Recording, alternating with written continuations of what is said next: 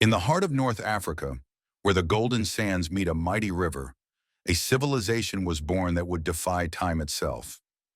Egypt, a land of gods and kings of science and spirit, a place where stones spoke louder than armies, and time moved with the river's flow.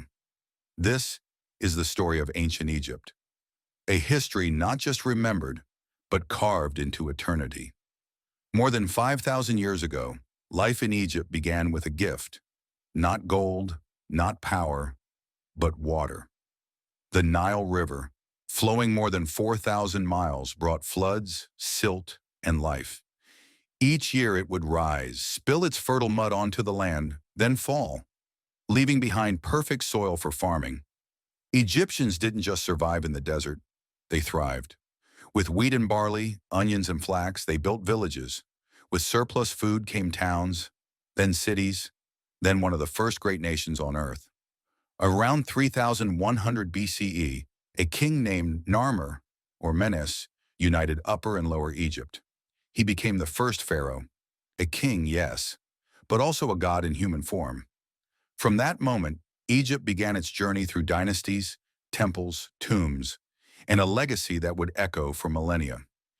Egypt's old kingdom gave us the first wonders of the world. The pyramids of Giza. Pharaohs like Khufu and Khafre ordered these massive tombs to be built, not just as burial places, but as stairways to the stars. Tens of thousands of workers, not slaves, labored during the flood season. They built with limestone, copper tools, and brilliant coordination. To this day, we still marvel. How did they do it? Why did they care so deeply about eternity? Because to the Egyptians, life was only the beginning. After a time of chaos, the Middle Kingdom rose, bringing order and stability. Art, literature, and irrigation flourished. Egypt expanded south into Nubia, rich in gold and culture. The pharaoh was now seen as a shepherd of the people, not just a god, but a guardian. But even the greatest kingdoms must face change.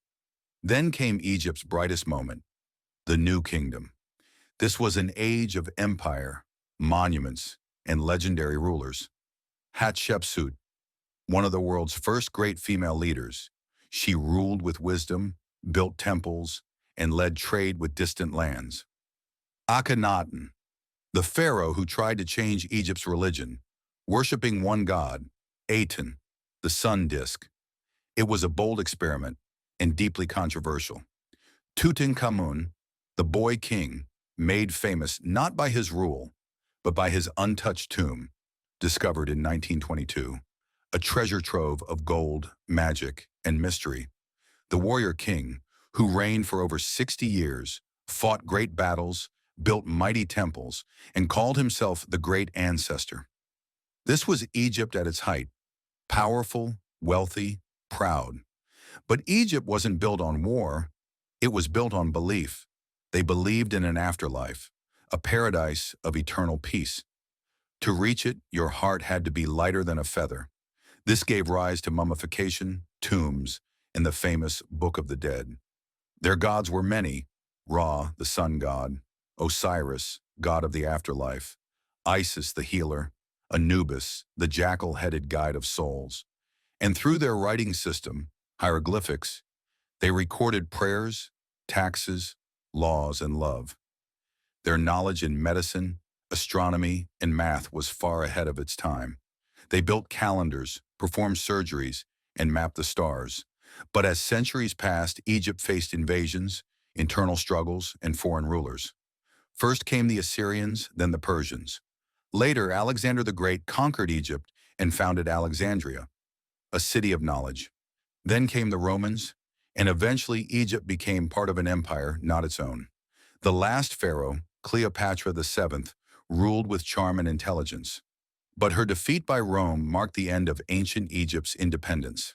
Still, Egypt's story didn't end.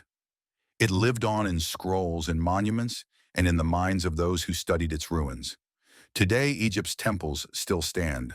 Its pyramids still rise from the desert. Its stories still stir our imagination. Why? Because ancient Egypt was more than a place. It was an idea that life could be eternal, That knowledge could be carved in stone. That time could pass, but greatness could remain.